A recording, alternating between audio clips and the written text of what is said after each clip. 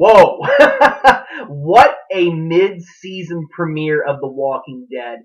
That was incredible. Well worth the wait, and I am glad that Walking Dead is back. Hey everybody, Derek here, and I'm here to bring you a video for my YouTube channel. It is going to be my review for the mid-season premiere, No Way Out. A lot of things happened in this episode, so I want to get started. Warning right now, if you have not seen the episode and you do not want to be spoiled, then exit now and come back later, because otherwise you will be spoiled. Okay.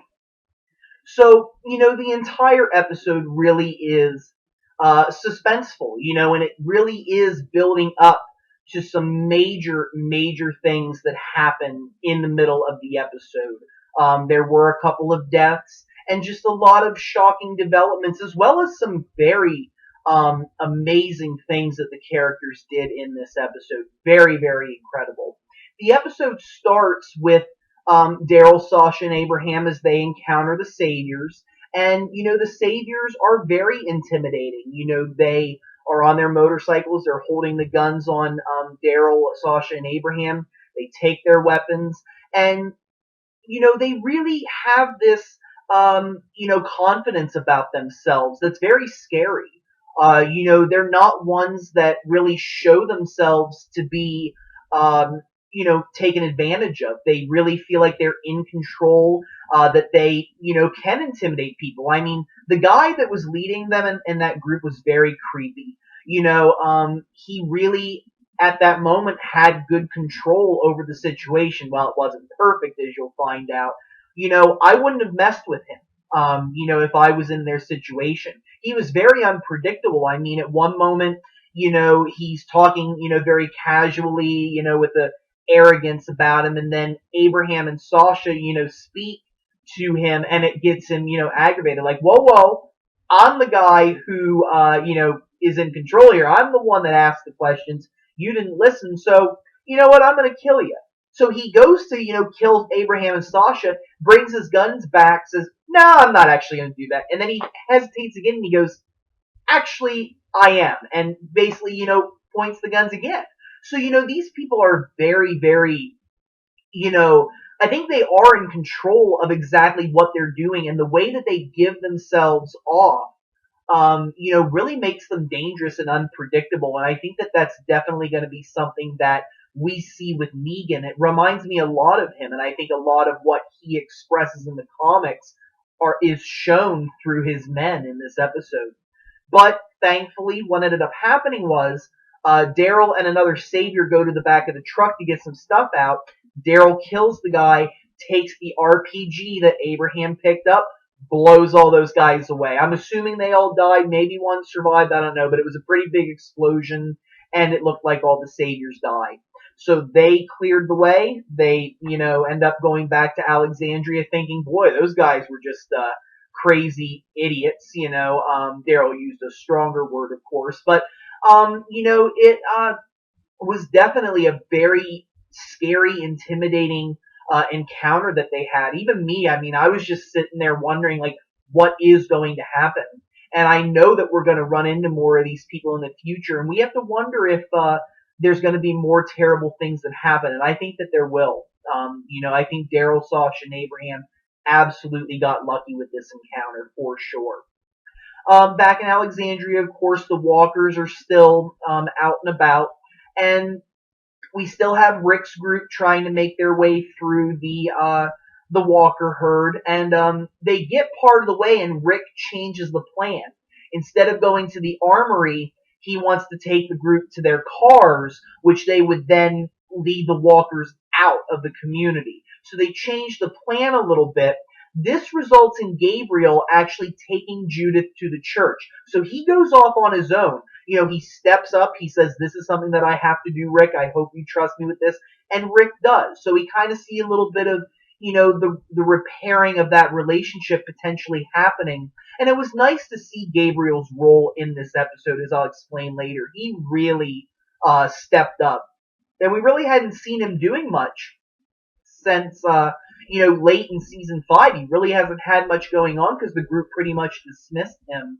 But he really had a lot going on in this episode, and I think it was really, really amazing. Jesse suggested that Sam go with Gabriel, but he doesn't. He says, no, I can do this. I can continue to go. Well, as time is going on, night actually falls on the community. I guess I don't know if it just took them a while to make their way through, or if it was getting late anyways. But night actually falls, and as they're continuing to walk through the herd, Sam starts to hear the words that Carol told him when she threatened him back in season 5, episode 13 about the guns. That she was going to tie him to a tree and let the walkers eat him. And he starts to hear that as he's walking through and looking at the walkers, and it freaks him out. So we now officially got to get inside of his head, which I think again just shows how much those words really affected Sam, how they really upset him, and how they made him into the unfortunate, scared person that he was near the end. And what ends up happening is he stops walking. And he starts to cry. He starts to get freaked out. He says he can't do this anymore. He's talking. He's making more noise, more noise. Finally, out of the blue, he gets bit. And this comes almost exactly from the comics. In the comics, it's Ron that gets bit. Ron is the same age as Sam. There is no Sam. So Sam gets bit, and Jesse is holding on to Sam's hand, screaming, crying, very upset, which I can understand. That's her son. I can absolutely understand why she would have that reaction. Unfortunately, it's a very bad time to have it because she won't let go. He's screaming because he's getting eaten. She's screaming because she's watching her son get eaten before her eyes. Then she gets bit. So the two of them get bit. She won't let go of Carl's hand, just like in the comics. And Rick is looking at the situation, realizing what's going on, has to save his son. He takes the hatchet that he's holding, cuts Jesse's arm off with several blows. And once that happens, Ron, of course, is watching this like, what the, And Jesse dropped her gun when she, had all this going on. So she's getting eaten, she loses her hand, and the gun is on the ground. Ron picks it up, aims it at Rick, and it's just like, you killed my mom and my brother. Very upset. And Rick is looking, wondering what's going to happen. Ron, unsure of what he's going to do, doesn't get a chance to do anything. Michonne comes up behind him, impales him in the back with her sword, killing him. But as a result, the gun goes off. And of course, just like in the comics, it hits Carl in the eye. So Carl's right eye is shot out. And of course, this just makes Rick go ballistic, hoping that everything's going to be okay. He picks up Carl, and Michonne and him start to make their way towards the infirmary. So just a very shocking moment. We were kind of figuring that maybe the comic books would follow through with that storyline with a couple of twists. And I thought they did pretty well with it. I think that it really does highlight the extent of what Carol did to Sam, and I think it might bring about some change in Carol. And I think that losing Jesse is something that helps Rick to really understand, this meaning of community later on. And I think it's going to haunt him maybe for a little bit, what he's done. And just to see Ron do what he did. I mean, Ron didn't necessarily follow through with anything. The gun kind of went off involuntarily after Michonne stabbed him. But we saw, just how that whole storyline played out and the effects that it had on Rick and Carl both. So while this is going on, there's two other things going on. We have the Wolf and Carol and Morgan and the group in the one house, and Glenn and Enid. And what Glenn and Enid are doing, they are getting a rescue mission going to find and get Maggie, because they know where Maggie's at. They go inside a church that's outside of the community, I think. And they're looking through and they're trying to find the gun. And they're trying to find ways to, make like a rope or something. Enid still, is a little unsure about everything, but Glenn is really able to, get her to understand this concept of, surviving and helping people. And she really does a very, very, amazing job finally, in a sense, coming to her senses and realizing the importance of the community, the importance of living on and remembering those that you've lost and living on for them. So she really kind of gets the message in a sense and really goes through and helps Glenn. And Glenn and Maggie and Enid basically are reunited, and Glenn starts to lead walkers away by shooting, making noise, and all that. And Enid is able to climb up the scaffolding and is able to get Maggie to safety. Um, while Glenn is distracting the walkers. Glenn, really just doing what it takes to save his wife. And, it definitely was a very scary situation there. He almost died again. And that kind of leads me to think a couple of things, which I'll talk about in a later video. But, it shows the love that he has for his wife and for people in general. Glenn is always putting himself at risk to save people. And I think it really was another example of that. And finally, again, before we get to the way that all the stories converge, we have the wolf and Denise. And the wolf, of course, wants to escape with Denise. They have a chance to go over the wall. And the two are talking beforehand, where the wolf talks about, well, it's amazing how things turn out. I was tied up in a room and held prisoner. Now I'm free. And, your community is falling to the ground. And he notes that maybe they should have waited a little bit longer, his group of wolves, to attack the community, because really that's, they were defeated in the battle.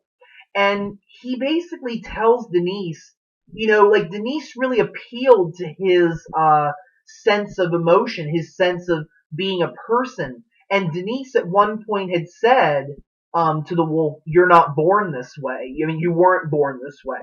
You were different." And the wolf actually tells her that, he appreciates her saying that because he wasn't always this person. He changed because that's how he felt he had to do, in order to survive. And he admires that. And he really, admires Denise in many ways. And he actually tells her, he wants to use this experience to change her. We saw Denise was very unsure of herself, very scared. And, I think that it was something that really helped to change her because they do make a run for it. Denise gets grabbed by a walker, but the wolf actually, he could have climbed over the wall and gotten away, but he goes back, saves Denise, and as a result, he gets bitten. So he gets bit, and Denise and the wolf go into another house. Denise promises to save him. She promises that if they get back to the infirmary, she will, I'm assuming, cut his arm off because he got bit on the arm and save his life. And the wolf decides to go through with this. So we really see, this challenge, if you will, noting, like Denise says, well, did you save me because, you need me? Or is it because you changed? And you really don't know. It's hard to say. Which really goes back to the point with Morgan, trying to save the wolf. Was it successful? Is this potentially, proof that Aikido works? Or was it just out of the selfishness of the wolf saying, hey, I need Denise, and as long as I have a benefit from saving her, I'll do it, rather than out of the kindness of my own heart? We'll never know. And you have Morgan and Carol actually having a conversation. Morgan tried to appeal to Carol, noting, that they were both spouses, they were both parents at one time, and Carol's just really frustrated with Morgan. She continues to say, I should have killed you. I really should have killed you. And I can't really tell whether she was meaning that, that her expression really meant that she meant that she wanted to do it, or if she was trying to convince herself that it was the right thing. Because she wouldn't really look at Morgan. She kept looking out the window. And it really makes me wonder how exactly she's feeling. And I think that as time goes on and we see more episodes, we'll really understand that. But the way the storyline ends there is Carol ends up seeing the wolf and Denise making their way through the walker herd, and Carol ends up shooting and killing the wolf. So she does complete her mission and does that. She is able to kill the wolf. So all of this leads to people in the infirmary and Rick is able to get Carl into the infirmary. And of course, he's very upset with everything that's going on, kind of like how when he lost Lori, he went and started killing walkers, going berserk, if you will. He does the same again. He just goes outside and he starts to kill the walkers. And I think that at first it started out as a frustration, anger, just taking out his anger on something. But it really ends up turning into something good because a lot of other people see what he's doing. Michonne goes out there and starts to help him. And then you have Aaron, you have Heath, you have Spencer who go out there and start to help. And before you know it, everybody in the community is finally going out and helping Rick to kill the walkers, just like in the comics. Even Eugene, who, Rosita kept telling him throughout the episode, like, no, you're not going to fight. I know you're not going to. You're a coward. And then when the time came, she said, you don't have to, Eugene. You can just stay here, be safe. He says, no, nobody's allowed to sit out today. I need to go out there and help. This is going to be a day that we're going to talk about one day. He goes out and helps. Gabriel, inside of his church, turns to his parishioners, the members of Alexandria, and tells them, hey, we've been praying. And guess what? Our prayers are going to be answered because God gave us the ability to go out there and fight off these walkers, and we need to do it. So he goes out there. Finally, Gabriel stepping up and doing something really, really great. Absolutely incredible. So everybody is starting to, fight off the walkers. Glenn, of course, again, is trapped. He's against the wall, almost gets killed again. Abraham and Sasha show up at the right time. They start to shoot the walkers from on top of the wall. And Daryl, of course, brings the truck in.